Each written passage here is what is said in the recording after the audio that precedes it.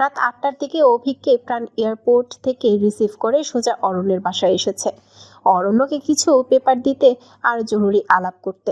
কিন্তু অরণ্য বাসায় ছিল না, হসপিটালে ছিল। বাসায় জেসমিন বেগম, অনন্যা, আকাশ আর কাজের মেয়ে রিমি ছিল। জেসমিন বেগম অভিক আর প্রাণকে নিজের ছেলের মতোই ভালোবাসেন। ছোট থেকেই তাদের এই বাসায় যাতায়াত, তাই ওরা আসার পর থেকে জেসমিন বেগম নিজের কথার ঝুলি খুলে বসেছেন। সেই সাথে এটা সেটা খাইয়েই যাচ্ছে। এইদিকে জেসমিন বেগম নিজের ছেলের বিষয়ে টুকটাক তথ্য জেনে নিচ্ছে। আকাশও ওদের নিজের ভাইয়ের মতোই মনে করে। একসাথে বসে আড্ডা দিচ্ছে। অনন্যা দূর থেকে প্রাণকে পর্যবেক্ষণ করে যাচ্ছে। এসে একবারও তার কথা জানতে চায়নি, মেয়েটা মরে গেল নাকি বেঁচে আছে। একবারও জিজ্ঞেস করার প্রয়োজন মনে করেনি। সপ্তাদশী কিশোরীর মনে অভিমানের ঘন কালো মেঘ জমেছে। সে আর দেখবে না এই প্রাণ পুরুষকে, ফোনও দিবে না। যে বুঝে না তাকে একদমই বোঝাতে যাবে না। লুকিয়ে লুকিয়ে তাদের দেখতে গিয়ে হঠাৎই মায়ের ডাক পড়ে। যাবে কি যাবে না ভাবতে ভাবতে অভিকের নজরে পড়ে যায়। অভিক প্রফুল্ল আর বিস্ময়ের কণ্ঠে বলে ওঠে, এই আমাদের অনু, কি রে তুই এত বড় হয়ে গেলি? পুচকিটা যে এত বড় হয়ে গেল চিনতে পারছি না। কি খেয়ে এমন ভাইয়ের মতো খাম্বা হলি রে? অনন্যা চমকে উঠল। এই যা, তাকে দেখে ফেললো। এবার যেতেই যে হবে। সে এবার ধীর পায়ে এগিয়ে গিয়ে মায়ের পাশে বসলো সোফায়। অনন্যা অভিকের কথা শুনে বেশ লজ্জা পেল। সে যে বড় হলো, কই আরেকজনের চোখে তো পড়ছে না। মনে মনে বলল। আকাশ অভিকের কথা শুনে উপহাস করে বলল যে, এই অনু তো আমার মতো গরিব অবলা ছেলের হক মেরে খেয়ে এত বড় হলো, এরপরও দাম নেই। মুখটা একেবারে কাদো কাদো করে ফেললো। অনন্যা ফুঁসে উঠল। তার এই প্রাণ ভাইয়ের সামনে এটা বলতে হলো। সে চোখ গরম করে তাকালো আকাশের দিকে। আকাশ তাকে দেখে একটা শয়তানি হাসি দিল, যেন বিকালের প্রতিশোধ নিল। তার থেকে আজ 2000 টাকা খুশিয়ে ছাড়লো। বজ্জাত মেয়ে। অনন্যা শুনে আর ঝগড়া লাগালো না। সে অভিকের পানে চেয়ে মিষ্টি হাসি উপহার দিয়ে বলল, মানুষ কি আর আজীবন ছোট থাকে ভাইয়া? সময়ের সাথে সাথে বড় হয়, আর মেয়েরা একটু তাড়াতাড়ি বড় হয়। এই কথাটা যেন প্রাণের দিকে আর চোখে তাকিয়ে বলল। প্রাণ তখন অনন্যাকে উদ্দেশ্য করে বলল, তাই নাকি রে? তুই যে আমার কত সার্জিনসিস হিসু করে তার হিসাব নেই। তুই বড় হয়ে গেছি। সেই কয়দিন আগে না পুতুল এনে দেওয়ার জন্য বায়না ধরলি? আর কি সেই কান্না ভাবা যায়? সেইবারের পরীক্ষা দিবি না বলে বলে অনশন করলি। আকাশের সাথে ডেইলি চকলেট চিপস নিয়ে ঝগড়া হয়। একজন আর একজনের মাথা ফাটাস। সে নাকি বড় হয়েছে। এ কথাটা একটু টেনে ন্যাকা স্বরে বলল প্রাণ। মুহূর্তেই পুরো ড্রয়িং রুমে হাসির রোল পড়ে গেল। আর আকাশ তো মাটিকে গড়াগড়ি করে হাসা শুরু করে দিল। অনন্যা তো একবারে হা হয়ে বসে রইল। সব যেন তার মাথার উপর দিয়ে গেল। সবাই তার মজা উড়াচ্ছে। সে প্রাণের দিকে গরম দৃষ্টিতে তাকালো আর বলল, আগের দিন বাগে খেয়েছে। এটা বলেই দৌড়ে চলে গেল। প্রায় 1.5 ঘন্টা পর অরণ্য আসে। গাড়ি পার করে ক্লান্ত পায়ে বাসায় পা রাখতেই অভিক আর প্রাণ তাকে ঝাপটে জড়িয়ে ধরে। অরণ্য অবাক হয়ে বলল, অভিক, তোর তো আরো কয়েকদিন পরে আসার কথা ছিল। What a pleasant surprise. Avik অরণ্যের পিঠে চাপড় মেরে বলল। একা একা ভালো লাগছিল না, তাই সব ফর্মালিটিস পূরণ করে চলে এলাম। প্রাণ প্রফুল্লত চিত্তে বলল, এইবার শালার সানাই বাজাইয়া ছাড়ুম। কি কস অভিক? অভিক তাল মিলিয়ে বলল। হ মামু। অরণ্য বিরক্ত হলো তাদের কথা শুনে। সে তাদের বসতে বলে ফ্রেশ হতে চলে গেল। একসাথে বসে ডিনার করবে। আজমির চৌধুরী বাসায় এসে প্রাণ আর অভিককে দেখে বেশ খুশি হলেন। যাক, আজ আড্ডা বেশ জমবে।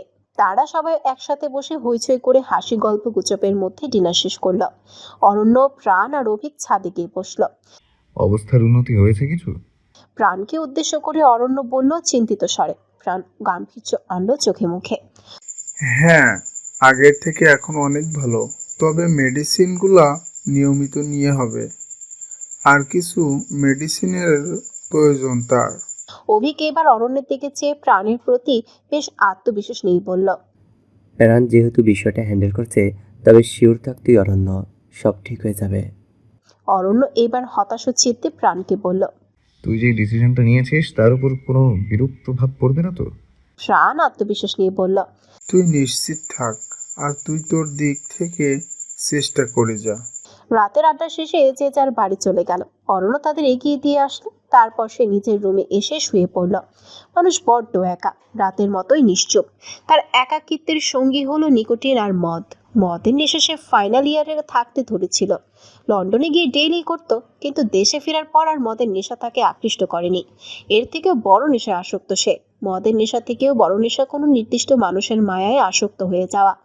মদের নেশায় কাটানো গেল, এই নেশা কাটানো যায় না। এই যে মরণ নেশা। পদ্ম সরোবরে স্নিগ্ধ মুখশ্রীর এক সুদর্শন যুবক একগুচ্ছ পদ্ম হাতে নিয়ে দাঁড়িয়ে আছে। কি যে মায়া সেই মুখশ্রীতে।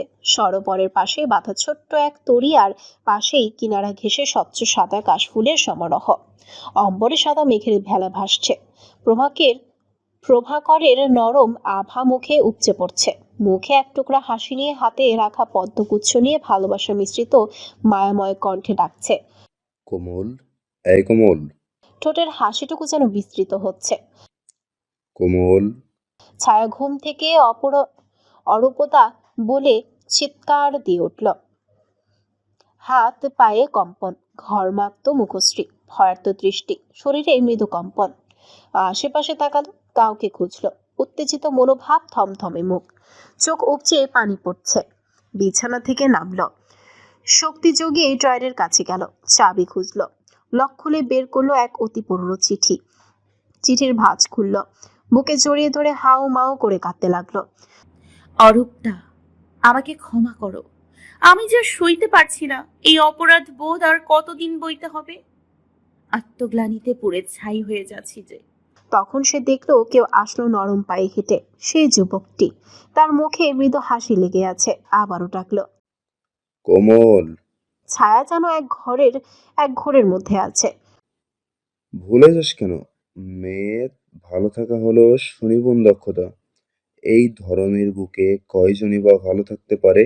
আর ভালো রাখা হলো এক প্রকার যোগ্যতা। আমরা সবাই ভালো থাকতে চাই, কিন্তু আমরা ভালো রাখতে জানি না। ভালোবাসার মানুষকে যে ভালো রাখতে হয়, কিন্তু দেখ, সেই দিক থেকে আমি তুই দুজনই ব্যর্থ। আমি তোকে ভালো রাখতে পারলাম না, আর তুইও কিন্তু তাকে ভালো রাখতে পারলি না। হঠাৎই যেন যুবকটি হাওয়ায় মিলিয়ে গেল। ছায়া খুঁজলো তাকে, বার কয়েক ডাকলো। অরূপদা, তুমি কোথায়? ফিরে এসো। এই দেখো, আমি ভালো মেয়ে হয়ে থাকবো, খুব ভালো থাকবো, আর সবাইকে ভালো রাখবো। তার ডাকগুলো যেন দেয়ালে প্রতিধ্বনিত হয়ে আবার তার কাছে ফিরে আসলো। নীরা দূর থেকে এই ছায়াকে পর্যবেক্ষণ করলো, এরপর ধীর পায়ে এগিয়ে এলো। ছায়ার মাথায় হাত রাখলো। ছায়া নীলাকে অস্পষ্ট স্বরে বলল। অরূপদা। নীলা ছায়াকে আদুরে সরে বলল। কেউ নেই ছায়া, তোর আবার বহুদিনের পর হ্যালুসিয়েশন হচ্ছে। দুঃখ করিস না, তোর একবার ডাক্তারের সাথে কনসাল্ট করা উচিত। ছায়া তখনও নীলার বুকে মাথা রেখে ফুপিয়ে যাচ্ছে। নীলা একটা স্লিপিং পিল ছায়ার দিকে এগিয়ে দিয়ে বলল। খেয়ে নে ছায়ু, দেখবি ঘুম চলে আসবে। ছায়া বাথরুমের মতো খেয়ে নিল। মেয়েটার উপর তার অগাধ বিশ্বাস। এরপর ছায়া নীলার কোলে মাথা রাখলো। নীলা ছায়ার মাথায় আদুরে হাত বুলিয়ে দিচ্ছে। ধীরে ধীরে ঘুমের রাজ্যে প্রবেশ করেছে যেন ছায়া। ছায়া ঘুমিয়ে গেলে নীলা একটা দীর্ঘশ্বাস ফেলে। আর কতদিন মেয়েটাকে যন্ত্রণা সহ্য করতে হবে কে জানে। ক্লাসরুমে তৃতীয় বেঞ্চে ছায়া, মেঘা আর নীলা বসে আছে। ছায়ার মুখটা আজ বেশ বিষণ্ণ, কিন্তু আজ মেঘার খুব খুশির দিন। কিন্তু ছায়ার মুখ ভার দেখে সে খুশিটা আর প্রকাশ করতে পারছে না। ছায়াকে প্রশ্ন করলো মেঘা। এই ছায়া, আর কতক্ষণ এমন নীরব হয়ে থাকবি? তোর চুপ থাকা দেখে আমার নিজেরই মুখ চুলকাচ্ছে। নীলাও মাথা দুলিয়ে মেঘার সাথে সহমত প্রকাশ করলো। হ্যাঁ, একদম ঠিক বলেছিস মেঘা। এই ছায়া, তোর পেটে ব্যথা করে না? এত কথা যে পেটে জমিয়ে রাখিস। ছায়া আজ তাদের কথার কোনো প্রত্যুত্তর করলো না। এমনটাই হয়। আজ প্রথম ক্লাসটাই ডক্টর অরণ্যের। আজকাল তার দিন বেশ ব্যস্ত কাটছে। সে তাড়াহুড়ো করে রুমে আসলো। সবাই সালাম দিল, সেও সালামের উত্তর দিল। আপনাদের সবার জন্য একটা জরুরি নোটিশ আছে। আপনাদের তৃতীয় বর্ষের ফাইনাল পরীক্ষার রুটিন পাবলিশ করা হয়েছে। ক্লাস শেষে নিয়ে যাবেন। মুহূর্তে ক্লাস জুড়ে গুনগুন শুরু হলো। এই মেঘা, এইবার তোর প্রিপারেশন কেমন রে? নীলা জানতে চাইলো হতাশ হয়ে। তার প্রিপারেশন এইবার বেশ খারাপ। অবশ্য প্রতিবারই খারাপ থাকে। ছায়াটা সাথে আছে তাই একটু নিশ্চিত থাকে। মেঘা হাই তুলে জবাব দিল। মোর প্রাণনাথ বাংলাদেশে এসে গেছে। পরীক্ষার কথা না জিজ্ঞাসা কইরা বিয়ার কথা জিগাবি, বুঝছস? যেন ফুস করে নিঃশ্বাস ফেলল। হা, আর গতকাল জানি তার সিঙ্গেল থাকা লাগে। এইদিকে ছায়া আজ কোনো শব্দ করছে না, কোনো প্রতিক্রিয়া দেখাচ্ছে না পরীক্ষার কথা শুনে।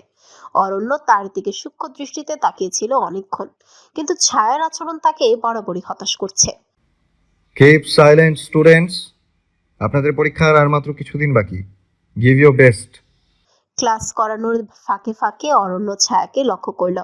ছায়া বরাবরের মতোই নির্বিকার। অহনা ক্লাস করছে নাকি অরণ্যকে দেখছে বোঝা দেয়। চোখের পলক ফেলছে না। তার ভালোবাসা প্রকাশ করার সময় আসছে। এক্সামটা শেষ হলেই তার মনের কথা জানিয়ে দেবে। তবে আগে বাবাকে বিষয়টা জানানো দরকার। বাবা তার সব আবদার পূরণ করে। এইবারও নিশ্চয়ই হতাশ করবে না। এইসব ভাবতেই ঠোঁটে হাসির রেখা ফুটে উঠল। কেবিনে 15 মিনিট ধরে ছায়া বসে আছে। অরণ্য তার সামনে চেয়ারে বসে চেয়ার দোলাচ্ছে। না ছায়াকে যেতে দিচ্ছে আর না কোনো কিছু করতে বলছে, যেন কিছু গভীরভাবে পরখ করছে। ছায়ার চোখের নিচে কালো দাগ, মুখটা শুকিয়ে গিয়েছে। চোখের মুখে শোকের প্রগাঢ়তা। অরণ্য নিঃশব্দে দীর্ঘশ্বাস ফেলল। মেয়েটা কাউকেই কিছু বলে না।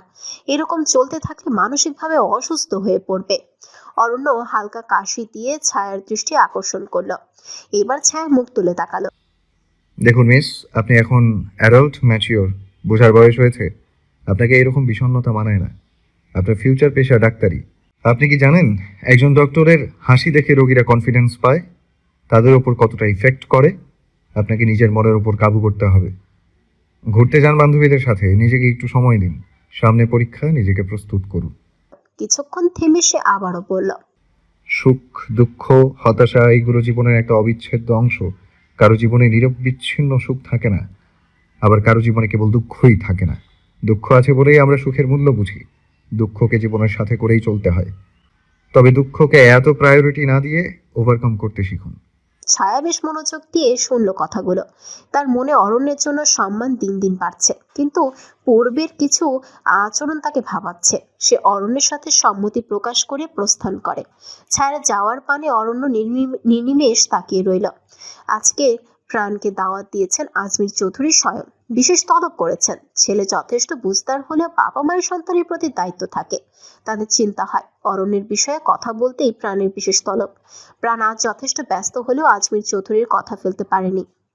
তাই আজ হাফ ডের ছুটি নিয়ে চৌধুরী বাড়ি হাজির। আজমির চৌধুরী প্রাণকে বিশেষ তলব করলেও তিনি ইমার্জেন্সি ওটিতে আটকে যাওয়ার জন্য প্রাণকে 1-2 ঘন্টা অপেক্ষা করতে বললেন ফোন দিয়ে। এইদিকে অনন্য আজ বেজায় খুশি। মায়েদের শাড়ি পরলে নাকি বড় বড় লাগে, তাই সে মনে মনে ঠিক করলো আজ সে শাড়ি পরবে। কিন্তু শাড়ি তো তার নেই, আর শাড়ি পরতে পারে না। সে কিছুক্ষণ ভাবলো, কিছু একটা ভেবেই মায়ের রুমের দিকে দৌড় দিল। মাম্মাম, আজকে আমার একটা বান্ধবীর জন্মদিন। সবাই একসাথে প্ল্যান করেছি শাড়ি পরবো, কিন্তু আমার তো শাড়ি নেই, আর আমি পরতেও পারি না। জেসমিন বেগম বেশ অবাক হলেন। এই মেয়ে পরবে শাড়ি, যে মিনিটে মিনিটে রাস্তায় হোঁচট খায়, কোনোদিন শাড়ি নাম নেয়নি, আজ হঠাৎ করে শাড়ি পরবে। তাই তিনি বলল, বান্ধবীর জন্মদিন আগে বলিসনি কেন? আকাশকে বা অথবা তোর বাবাকে একটা গিফট নিয়ে আনতে বলতাম। এখন কার সাথে মার্কেটে যাবি? আর শাড়ি সামলাতে পারবি? এইটুকে মেয়ে। অনন্যা তার কথায় স্থির। সে পরবে মানে পরবেই শাড়ি। তাই জেসমিন বেগম আর মেয়ের সাথে না পেরে আলমারি খুলে খয়েরি রঙের একটা জামদানি শাড়ি বের করল। শাড়িটির পাড়টা লাল সোনালী রঙের, আর তাতে রয়েছে হালকা কারুকাজ। শাড়ি বের করে মেয়েকে সুন্দর করে পরিয়ে দিল নিজ হাতে, আর অনেকগুলো সেফটি পিন দিয়ে আটকে দিল যাতে না খুলে যায়। শাড়ি পরিয়ে জেসমিন বেগম যেমন থ মেরে বসে আছেন, মুখে হাত দিয়ে। মেয়েটাকে শাড়ি পরে বড় বড় লাগছে। মেয়েটা কবে এত বড় হলো? চোখের পলক না, সময় কোন দিক দিয়ে চলে যায় গেল। সেই দিন না মেয়েটা হলো, একটু একটু করে কথা শিখলো, হাঁটা শিখলো, স্কুল গেল বাবার হাত ধরে, ভাইয়ার কাঁধে চড়ে, বাজারে গিয়ে এটা এটা খাবে সেটা খাবে বলে কান্না জুড়ে দিত। আকাশের সাথে দিলে 1000 বার ঝরগা লাগাইতো। জেসমিন বেগম চোখে হাসলেন মেয়েকে দেখে। কাছে ডেকে হাতের কনিষ্ঠ আঙ্গুল টেনে নখে কামড় দিয়ে বললেন, কারো নজর না লাগুক আমার মিষ্টি মা পরিটার। তিনি মেয়েকে সাজিয়ে দিলেন মনের মতো করে। মাথায় একটা গাজরা পরিয়ে দিলেন, হাতে চুড়ি, গলায় ক্রিস্টাল পাথরের মালা আর কানে ঝুমকা, ঠোঁটে হালকা লিপস্টিক খয়েরি রঙের। এরপর মোবাইল বের করে ফটাফট কয়েকটা ছবি তুলে নিলেন। বাবা আর ভাইকে দেখাতে হবে তো মেয়েটা আজ সাজলো কি সুন্দর লাগছে।